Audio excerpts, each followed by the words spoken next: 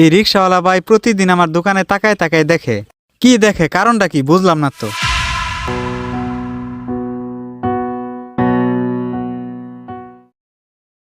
ভাই, এনে একটা বাদামি জামা ঝুলানো ছিল না? হ্যাঁ ছিল তো, ওইটা দিয়ে আপনি কি করবেন? না, এমনি। আরে মিয়া, আমি প্রতিদিনই দেখি আপনি আমার দোকানের সামনে আইসা দাঁড়ায় থাকেন, কারণ কি?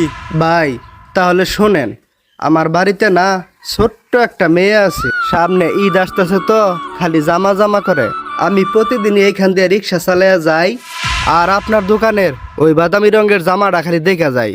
বুঝেনি তো, গরিব মানুষ, রিক্সা চালাইয়া খাই, রিক্সা চালাইয়া সারাদিন 200-300 টাকা ইনকাম করি, সেইখান থেকে কিছু কিছু করে টাকা জমাইয়া আপনার বগলে আসছিলাম ভাই। আয়সা দেখি ভাই আপনার দোকানে ওই জামাটা নাই। ভাই, জামাটা তো আমি আজকেই সেল করছি।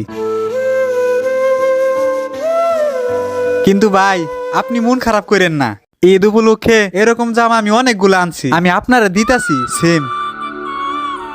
এই যে এটা না? হ্যাঁ ভাই, জামাটা তো এইটাই ভাই, এইটাই তো আমি দেখে দেখে রাখতেছি ভাই। এটা প্যাকেট করে দেন এই নেন ভাই।